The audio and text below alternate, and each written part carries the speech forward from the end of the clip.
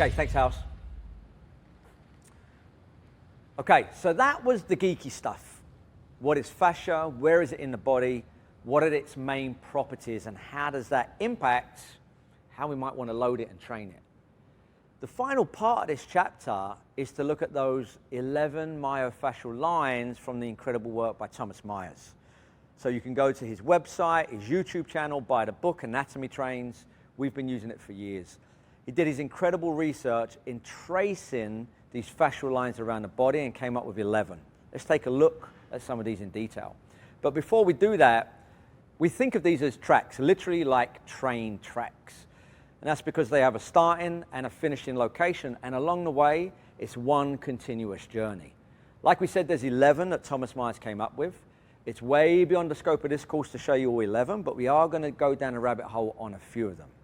Number one, though, is to know that there is a journey, a route. That's the track. Number two, we have our intersections. In other words, there are multiple train tracks going through the body, and at certain locations, key locations, they cross, they intersect. Now, this is like the secret sauce for a coach, because where these train tracks intersect is a real bang for buck for upgrading human movement, as we're going to see. And then finally, we have our stations. Every train track has a station or multiple stations where people get on and off the train. And in our experience, these stations are where we find a lot of stuff that tends to be stuck, not in the right position, not able to do the right motion. So our job as a movement professional is to say, where does that train track go? Where might the train tracks cross with other train tracks? And what are the key stations where we might get stuck? So we're going to go through 3 of these in detail. We're going to start with the superficial front line. Okay, we're going to bring the boys and ladies in.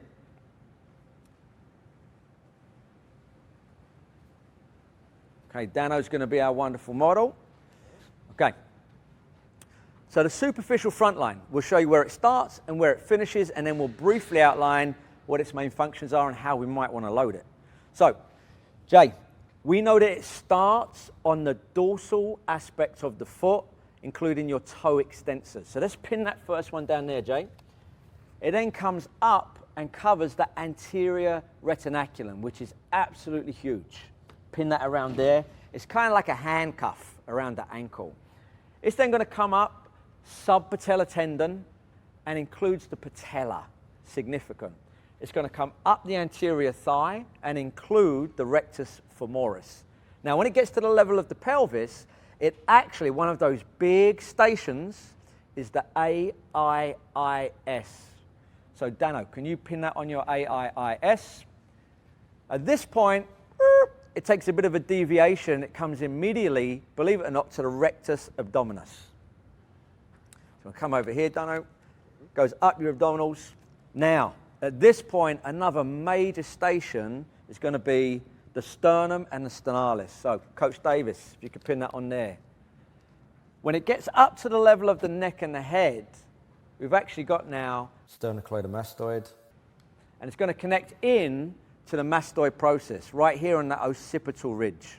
So, if you take a look visually here, pretty much toes to nose, this is the superficial front line. Goes from the front of the foot, across the ankle, across the knee, across the rectus femoris, connects to your pelvis. It cuts in, it goes up your rectus abdominis, connects to your sternum, and goes up essentially to your head. Now, Dano, I want you to do nothing more than just drive your belt buckle forward and back 3 or 4 times, and as you do it, can you take your eyes overhead? Now, as Dan's doing this, look at the length and tension we get through that band. As he drives the knees forward, as he drives the belt buckle forward, look at how much length and tension we get in that lower extremity. But now as he takes his eyes overhead, woof, look at the extra length and tension we're getting all the way up through the abdominals, the sternum, to the head and neck, and stop there. So a couple of things jump out. What are the primary functions of this line? Number one, helps us against gravity, stay upright, stable, and lifted, big time. But one of the other big things it does is anytime Dan goes posterior overhead into extension, it loads the system, and if you load it, it's going to explode, and it wants to bring him back home.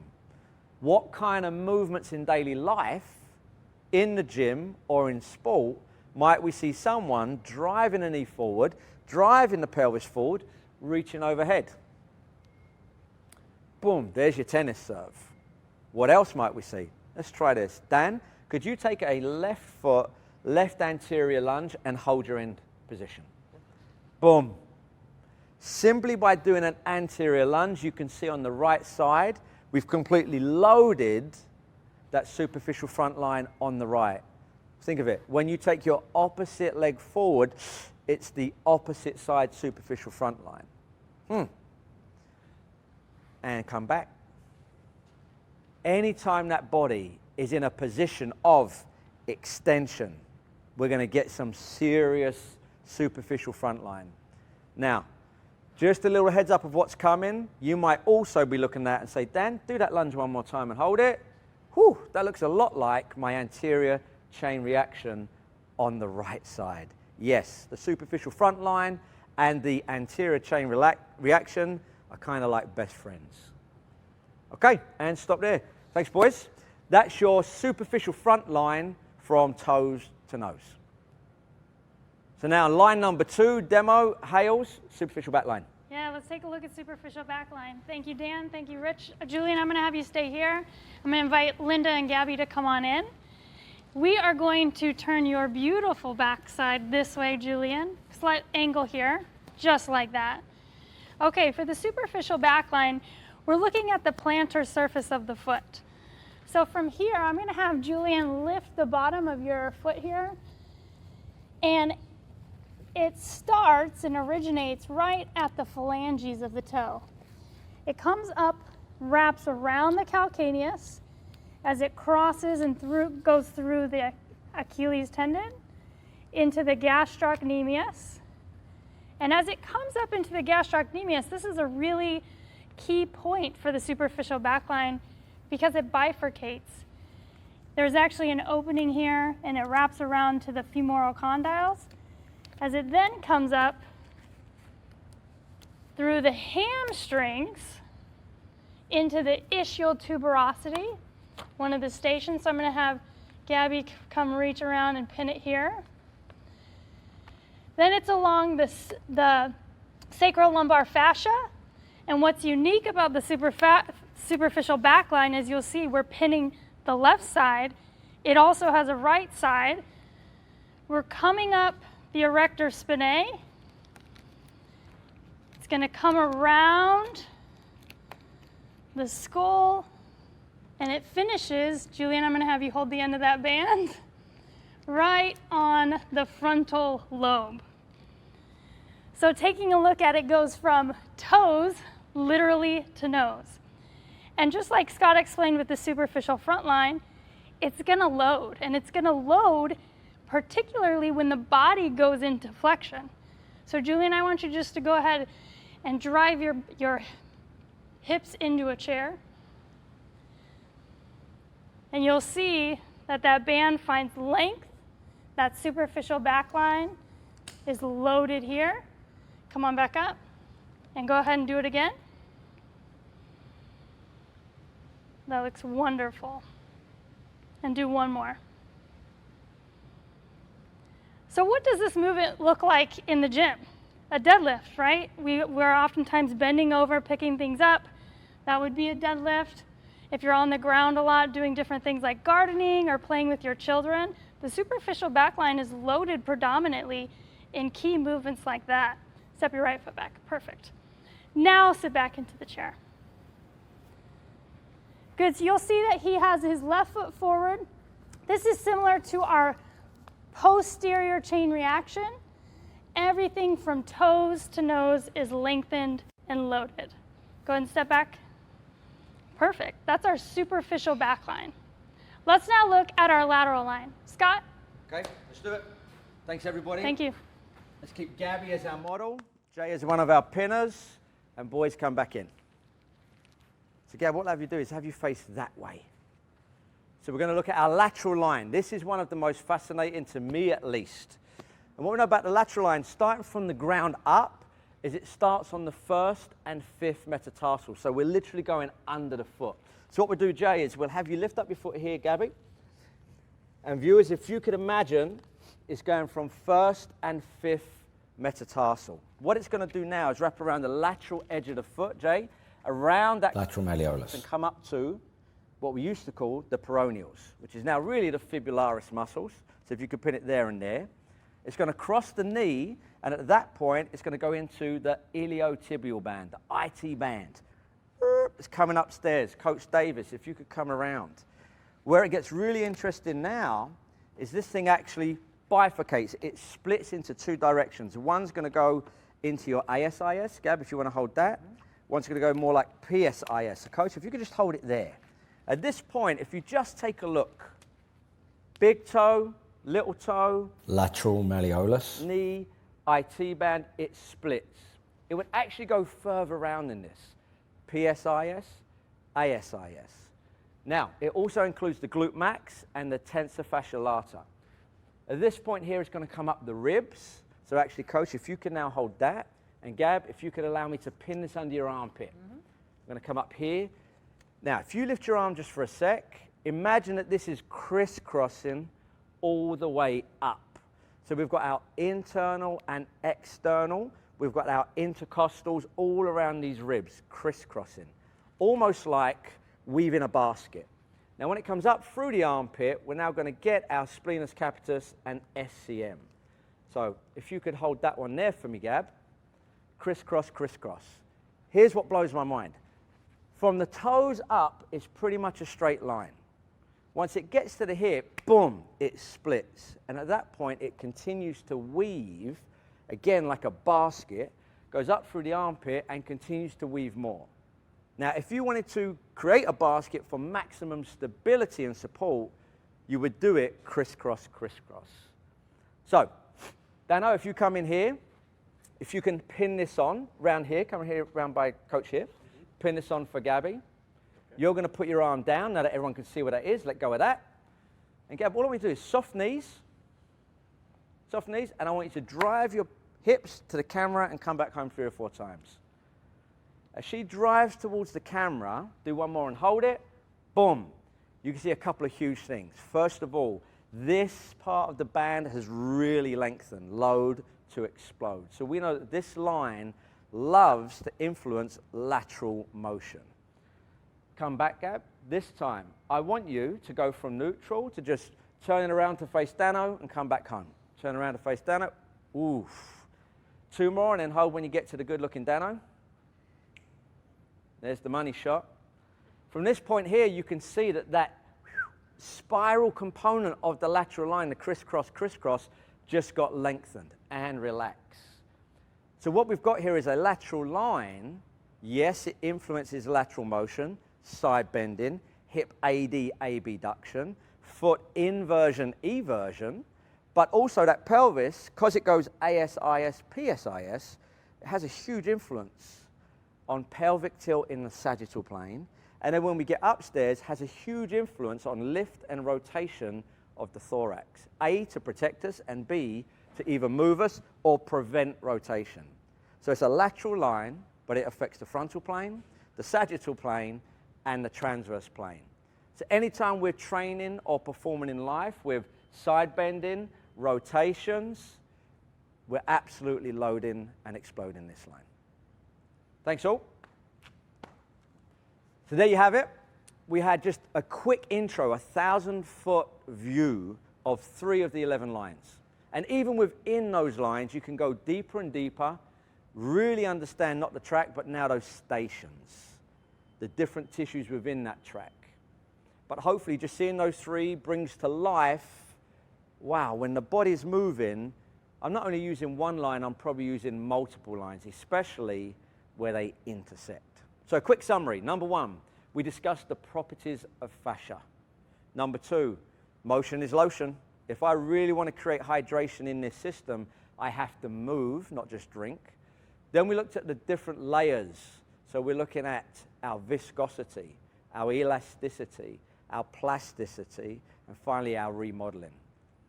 Yes, stretching is good, especially for that plastic component, but often what we need is length, not stretch. And then finally, we've got 11 lines that all play together anytime we're moving in life or sport.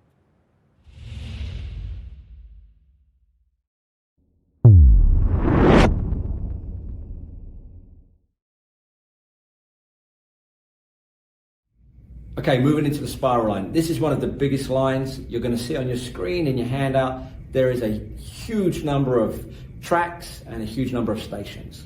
Let's go through the track first. Starts at the splenius capitis, so right here on the base posterior of the skull, cuts down to the opposite side. Here's the first detail. Opposite side rhomboids, major and minor. Then it's going to wrap around the corner of the rib cage via the serratus anterior.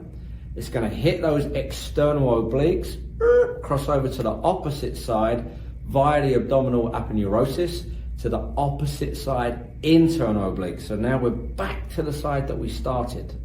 From there, it's going to cut down via the TFL and the IT band. Once it passes the line of the knee, it's going to cut across again. This time it's going from lateral to medial via the tibialis anterior. It's going to wrap under the foot via that first metatarsal base, so right there in the middle of the foot, cuts back out laterally, comes up via the peroneus longus, up through the bicep femoris, hits that sacrotuberous ligament. And if you remember, it's not the first line to do that. So when we talk about intersections, big regions of the body, big stations of the body, potentially where multiple lines hit, you're going to see that sacrotuberous ligament that we sit on all day has some really big lines going through it. Goes up through the sacrolumbar fascia, erector spinae, and it goes right back to where it started on the same side of the skull. Starts right, wraps left, back right, downstairs, crosses over the foot, comes up the same side. Some of the big bony stations along the way are going to be your occipital ridge. It's amazing how many people have headaches and tension that can be released with this line. You've got your lower cervical and upper thoracic spinal processes. That's right. This actually connects to your spinal processes. Think about what that might mean to head alignment, tension and function. Medial border of the scap, iliac crest and ASIS, another huge intersection. Should be thinking I know at least another two big lines that hit there. Fibular head, ischial tuberosity, your sacrum, all the way back up to your occipital ridge. So this one is really toes to nose, and you'll notice it's creating a nice helix shape around the body. So we're going to get our coach in and do our very best to give you a visual. Okay, let's take a visual of what this beast of a line looks like. We're going to do our best to show you from all three planes. Right, we're going to go from the right side. So if you remember, it's going to start on the right, wrap around left, but we're going to end right back where we started. So, Jen, pin this on, posterior part of your skull. We've got that occipital ridge. Now, the first thing it's going to do from that splenius capitis is come across to the opposite left side, rhomboids and scap. It's going to wrap around the corner via the ribs. We've got our serratus anterior. We've got our external obliques. I'm going to cut over. We're back to the side we started. Dano, if you can get out on the ASIS. Right, and then from this ASIS, it's going to cut over laterally and go into the TFL and the IT band. Right, pin that down for me though, and now we're going to get some really nice. It's going to cut down to the knee, and at this point it cuts back in medially via the anterior tibialis. Yeah, Jen knows what's coming, she's lifting up. Boom. Now, you can see straight away that helix, that first helix, from the right side, wraps around to the left, comes back to the right, goes lateral to medial. Here's where it gets really interesting. It's now going to come back up via those peroneals or fibularis muscles, back up via the knee. This time it's going to hit those hamstrings. It's going to cut in medially and go up to the sacrotuberous ligament, sacrolumbar fascia and erector spinae. So, if you're looking from right now, you can see that first helix. Let's see if we can pull this off. Can we take a quarter turn, team? Keep going, lovely. Look at it from that frontal plane. That's incredible. If you look down at the foot, it's almost like a stirrup on a horse, deciding if it's going to turn left or turn right. So it has a huge impact on the foot and ankle. And you can also see here now, as it gets to the left of the knee posteriorly, those hamstrings are really involved, particularly the bicep femoris. Let's do one more quarter turn, team. Good man, Dano. That's impressive. And you can see here it comes back up through the sacrum, the sacral fascia, erector spinae, and goes right back to that occipital ridge where it started. This is the double helix, almost like DNA of the spiral line. Thanks, team. Okay, so we just had that visual of the spiral line. Admittedly, it's kind of tricky to see on a model unless you're in the room because it's so complex. And it's constantly switching back and forth between one side of the body and another, but also lateral and medial. However, hopefully you've got a little visual anchor in your mind now. Let's look at some of the postural and movement functions that it performs. Obviously, being structured like a double helix, it wraps the body in a double spiral to maintain balance across all planes. Remember, you've got the right side that goes left and comes back right. You've got the left side that cuts right and comes back left. Together, we have this double helix. So it impacts every plane of motion. A big thing that it does is it literally connects your skull to the opposite side shoulder. Remember on Gem, what you saw was that right occipital ridge, the splenius capitis, cuts over to the left medial border of the scap, and the rhomboids, then the left serratus anterior and ribs. So actually, the first thing this does, top down, is connect your skull to the opposite shoulder. Might be important not only in everyday life, but the functions our athletes and clients perform. It also then goes the same side, hip, foot and spine. So my right side went left shoulder, but then it came back over to the right hip, the right foot, and back up the right spine. It's heavily involved in 4 other big lines: the superficial back line, especially when you look at that sacrotuberous ligament, hamstrings, erector spinae, superficial front line, wow, yes, because it cut down through that tibialis anterior, anterior hip, but also the lateral lines, and what you're going to find out shortly is the deep back arm line. They're really connected. It connects our foot to the pelvis, creating good, effective knee tracking. So when you have clients that have knee pain, knee inflammation, poor knee tracking, the spiral line is very often the culprit. And then finally, it helps create and mediate rotations. But interestingly, in eccentric contraction or isometric contraction, it helps to stabilize the trunk to prevent lower extremity collapse. So we've all got our clients and athletes where we see that lower body, that femur, that tibia, the knee, everything kind of collapses down and in. Well, now you've seen a visual of that helix. It would be the spiral line, in large part, that lifts and supports and keeps it where it should be. Some of the big common compensatory patterns would be when there is imbalance, it creates and compensates for rotation and lateral shifting. So if the other lines aren't doing their job to help us rotate and shift effectively, this will often compensate and create dysfunction. Last one, when we're in weighted and unweighted leg action, so single leg work, stopping, kicking a ball, the forces that have to go from the ground up through our sacrum, so every time that foot hits the ground, ground reaction hits us back. The spiral line is one of the most profound lines, I would argue, along with lateral and deep front line, for actually mitigating those forces. When there's an imbalance, those hard forces really hit the sacrum. Sometimes it's the same side, sometimes it's the opposite. Okay, let's move into the mothership, or at least it is for me. If the body did have a, quote, core, this arguably has to be it. Now, it's such a big line, it's such a complex line, that let's just start with the big rocks and know that on your handouts and in the video, you can always come back to learn more. We've separated this into our lower and our upper regions of the deep front line. Let's start with our lower common, anterior and posterior areas. We start at the ground there. We've got our tibialis posterior and our long toe flexors. As we come up superior, we get our popliteal fascia and the actual knee capsule itself. That's kind of hugely important, right? Then when it gets to the knee, you're going to see that it fans out. It really bifurcates. And we have a posterior and anterior flow of those adductors.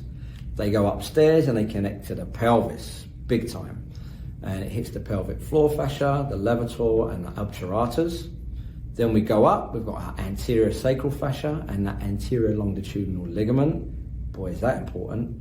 Then we got our psoas, iliacus, and pectineus. Some of the big stations along the way, obviously down on that foot, we've got our plantar tarsals and our plantar surface toes. As we come up, we've got that medial femoral epicondyle. As we come up, we've got the coccyx.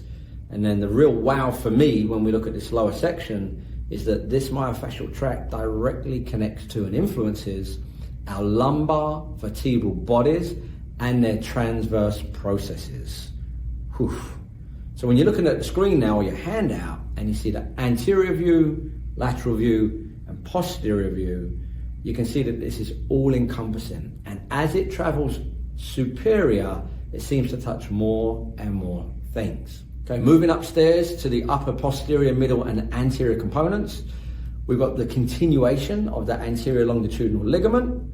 Then we get to the really cool stuff, right? This thing is going to hit our posterior diaphragm, the central tendon, the pericardium, the mediastinum, wow, parietal pleura.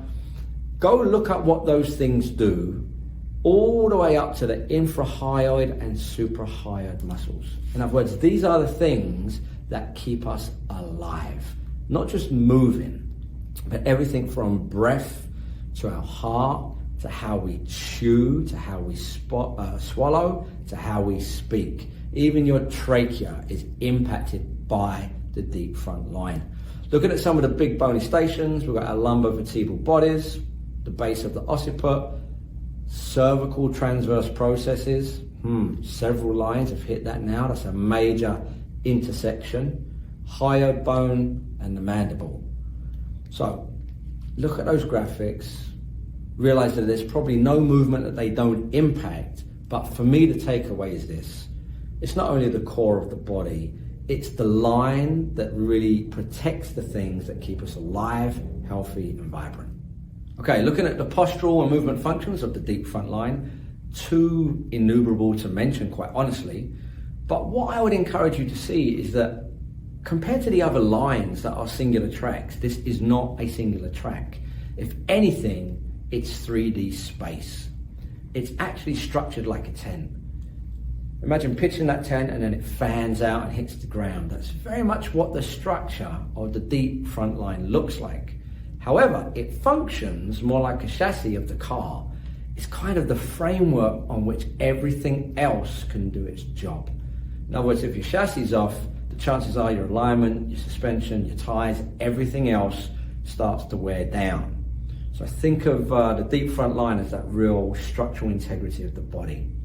It's intimately involved in rhythm of gait and breathing and even organ motility and protection. It significantly lifts the inner arch of the foot, remember where it started, and stabilizes each segment of the leg. It clearly supports our lumbar spine from the front. It stabilizes our chest whilst allowing expansion and contraction so that we can continue to breathe. And bearing in mind that breathing is primarily a subconscious function, up to 20,000 times a day, our ability to do this is critical. It creates balance between our fragile neck and our heavy head. Balancing this thing on that neck all day long, with every inch it shifts forward, it doubles in magnitude of load.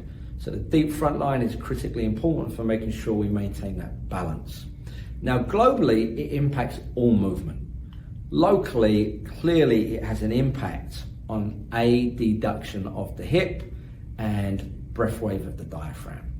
Now when we look at the common compensation patterns, anytime we have a lack of support from the deep front line, a lack of balance and tone in that track, it leads to shortening of the whole body, almost a collapse. It's specifically a collapse in the pelvis and the spinal cord. We need that tent to keep the 3D space. Therefore, if we get that collapse systemically, it's going to create compensation in all the other lines. In fact, often injuries that show up in other areas and other lines are really long-term, many years failure of the deep front line finally showing up. Okay, let's move into the arm lines. Now, there are 4, but we're going to do 2 and 2. And the reason is simple. We have our back lines and our front lines, but we also have our deep versus superficial. So what we're going to do to make the complex simple is do both our deep and superficial lines for the front together and do deep and superficial lines for the back together. So let's get going. Deep front arm line. Deep implying relative to the shoulder, this track runs deeper than the superficial. That's pretty much what they're named on, their relationship to the shoulder joint. So let's look at the track first. Pectoralis minor, so it's deeper. Clavopectoral fascia, clavicle, pec, where they come together and there's a ton of deep fascia. Often what presents as tightness and shortness in the muscle is actually tension and stickiness in that clavipectoral fascia. The bicep brachii, right, meaty one. Radial periosteum, and then it goes down through the radial collateral ligaments and your thenar muscle, your thumb. The big bony stations along the way. 3rd, 4th, and 5th ribs.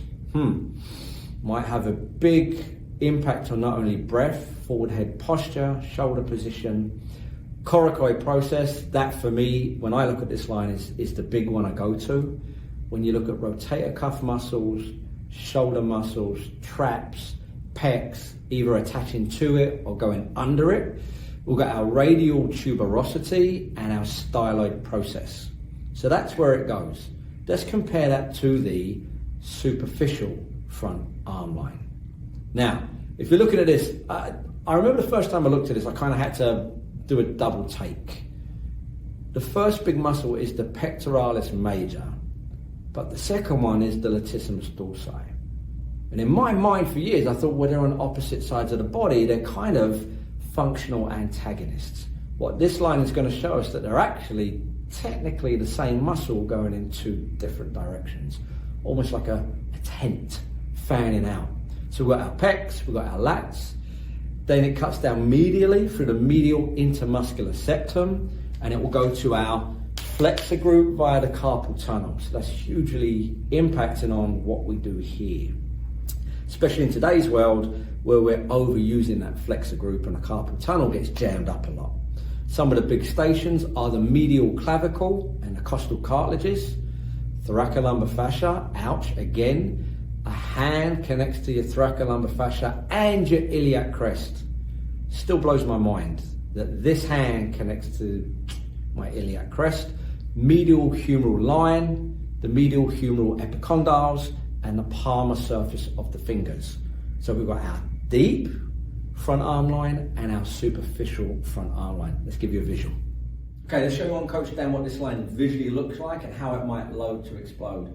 Remember, for the deep front arm line, deep relative to the shoulder, we start with the pec minor and the clavipectoral fascia.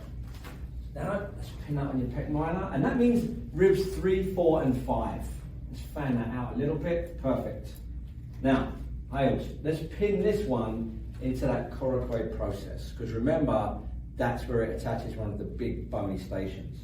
It's then going to cut down through the bicep brachii, and it's going to kind of get fat. It's going to widen out when it gets to the level of the elbow, and it's going to cut in, it's going to touch the radial tuberosity.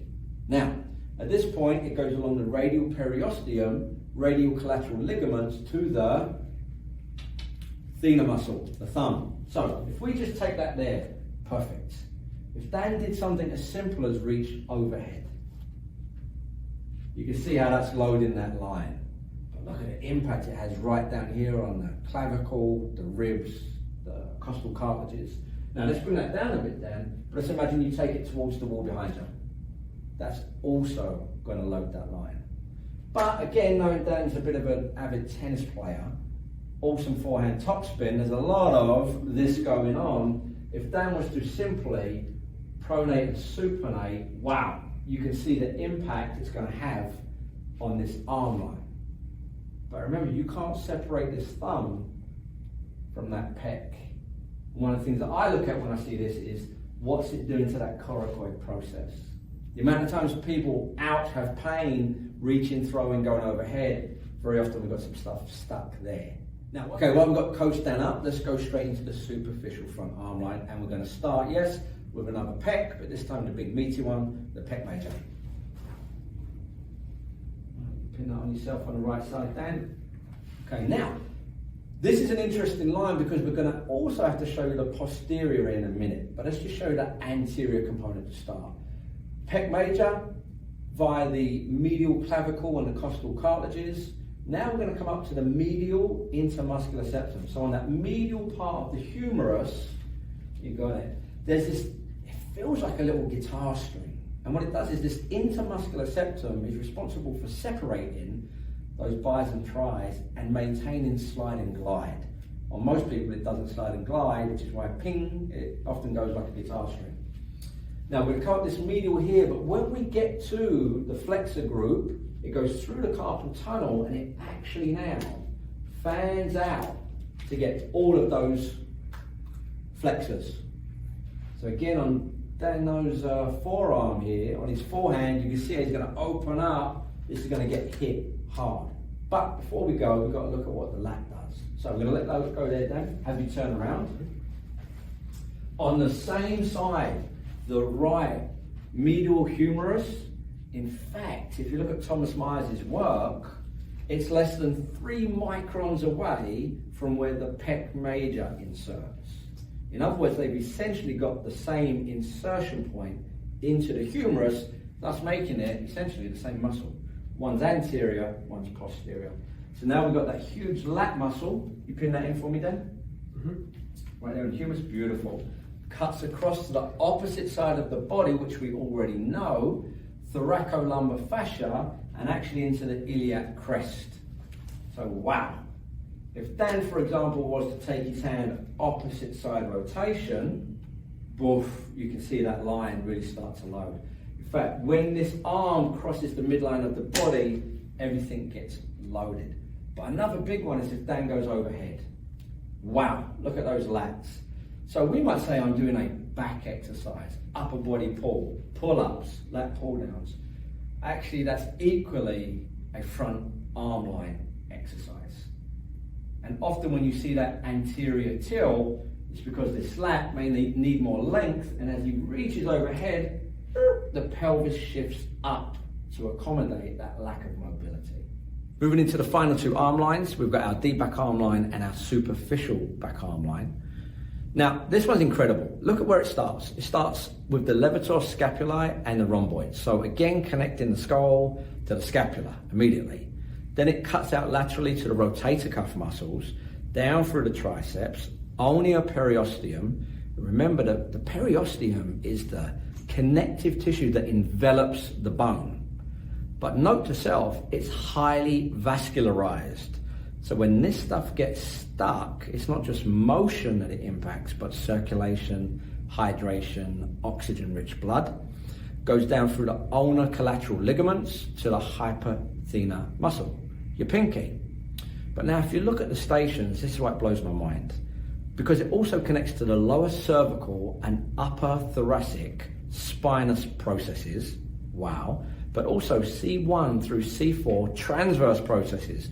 In other words, this deep back arm line is intimately connected to the stability and motion of your head and neck.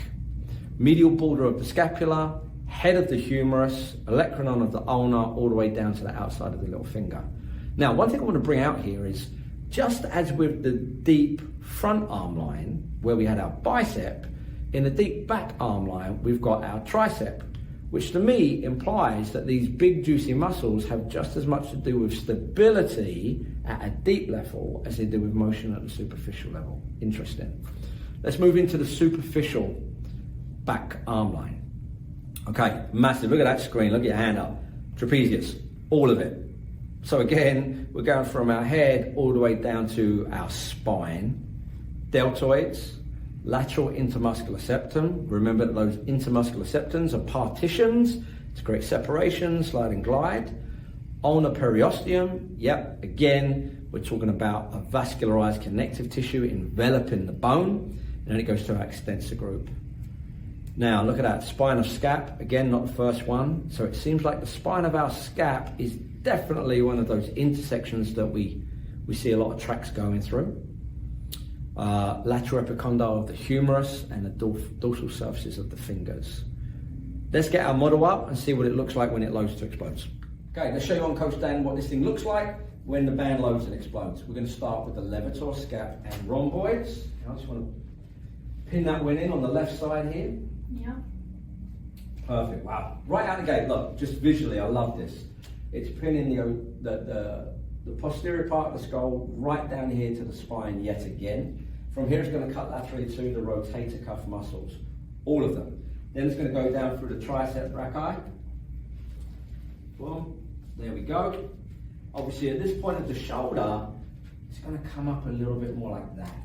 So it goes from fat to thin to fat again. We're going to go down through the ulnar collateral ligaments and we're going to go all the way to that little pinky. I'll wrap that around you again and down. Perfect. So, this is what it looks like. Now, if Dan was to just simply take his left hand across to the right side of the body, we can see that that is a maximal loading of that line, so it wants to explode and come home. But what I want you to pay attention to is he takes that across, look at what it's pulling on up here. And if there's any kind of gunkiness, lack of mobility, poor tissue hydration, simply taking his left hand to the right is going to crank on the left side of his head and neck.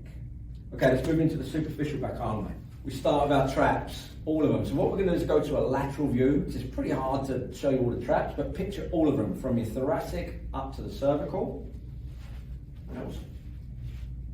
Okay. Big thing here is now it fans out through the deltoids. Boom. From here, lateral intermuscular septum, so it gets thin again. It comes down through here. Ulnar periosteum, so again it's going to envelop the ulna and it's going to come all the way down and it's going to take his entire extensor group there. So you can see again, hand to head. So these lines, don't think of them as just the function of curling and extending biceps, triceps. You've got to look at that entire myofascial tract, the bony stations that it connects to. Is it conceivable that a problem with your thumb could be affecting your elbow? A problem with your thumb or your pinky could be affecting your cervical spine? A problem with your scapula could be creating elbow dysfunction? Yes. Instead of looking in isolation, we've got to see these entire lines as one myofascial tract. We've gone through the line by line tracks and stations of each of the 4 arm lines. We've also had some pretty cool visuals looking at Coach Dan with the bands. We've looked at the deep as well as superficial front and back arm lines. Now, in my kind of 14 years of studying this and more importantly applying it, I continue to be blown away by the depth and power of these 4 arm lines, especially when they are taken together. So what we're going to do now is go through some of the key postural and movement functions and elaborate on a couple of them, but we obviously can go much deeper in the live as well as the pivotal mentorship. Okay, in their simplest essence, what these 4 lines do is connect our axial skeleton to the 4 quadrants of the arm and the 4 sides of the hand. So what would that mean? The 4 quadrants being the shoulder, the upper arm, humerus, lower arm, radius and ulnar, and then your hand. So they're going to be the 4 quadrants. But then you've got the 4 sides. So you've got your palmar surface, you've got your dorsal surface of the hand, then you've got your medial and lateral. In other words, your thumb and your little finger. I mean, if we just take out the way we've been taught, biceps do this, triceps do this, deltoids do this, which we know is significantly incomplete. We know that. But if we just put that aside for a minute and we look at the arm lines and say, what do? That's the most important thing they do. They connect our hands to our axial skeleton. They're named based on their placement as they cross the shoulder. This has taken me years to fully understand just how profound that statement is.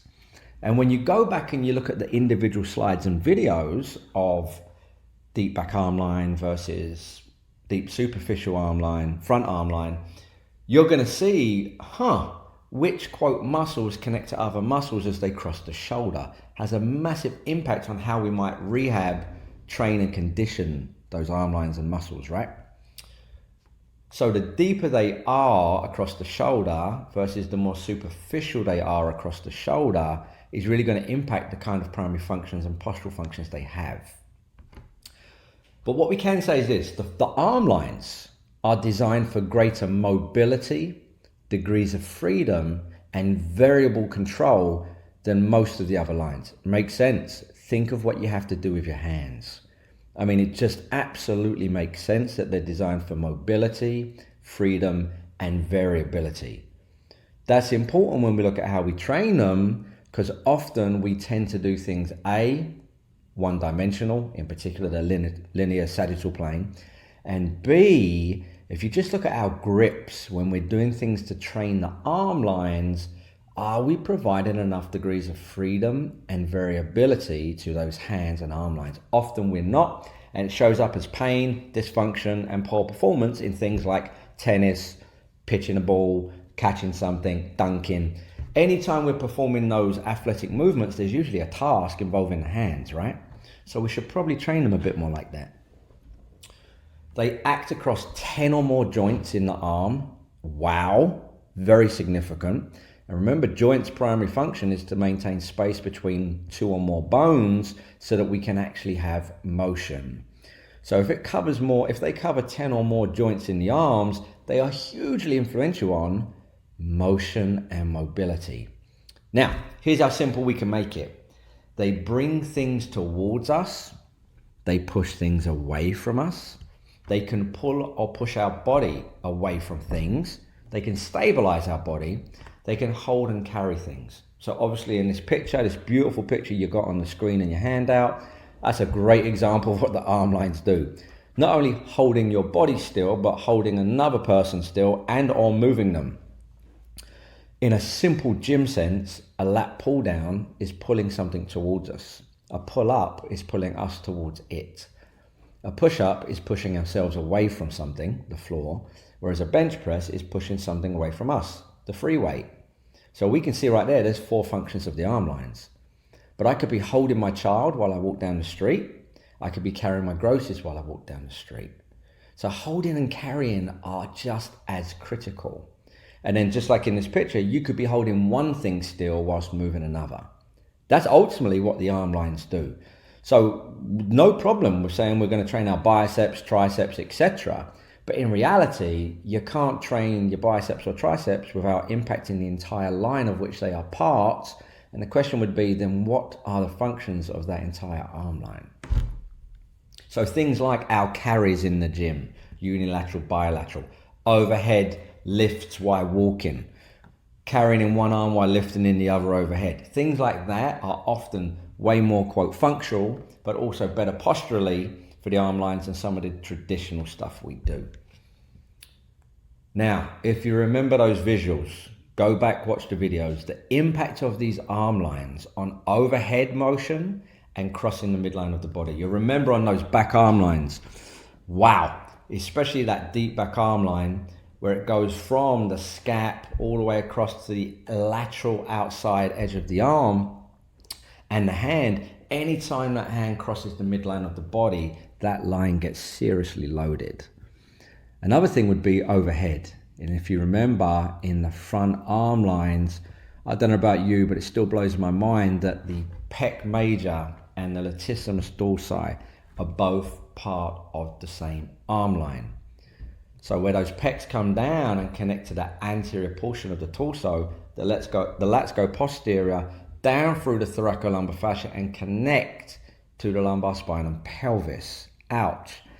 Is it possible, therefore, that anytime we go overhead from a shoulder press to a reach to a pull up or a lat pull down, if that arm line, not just the lats, but the whole arm line has any kind of restrictions, it's going to impact your ability to do that.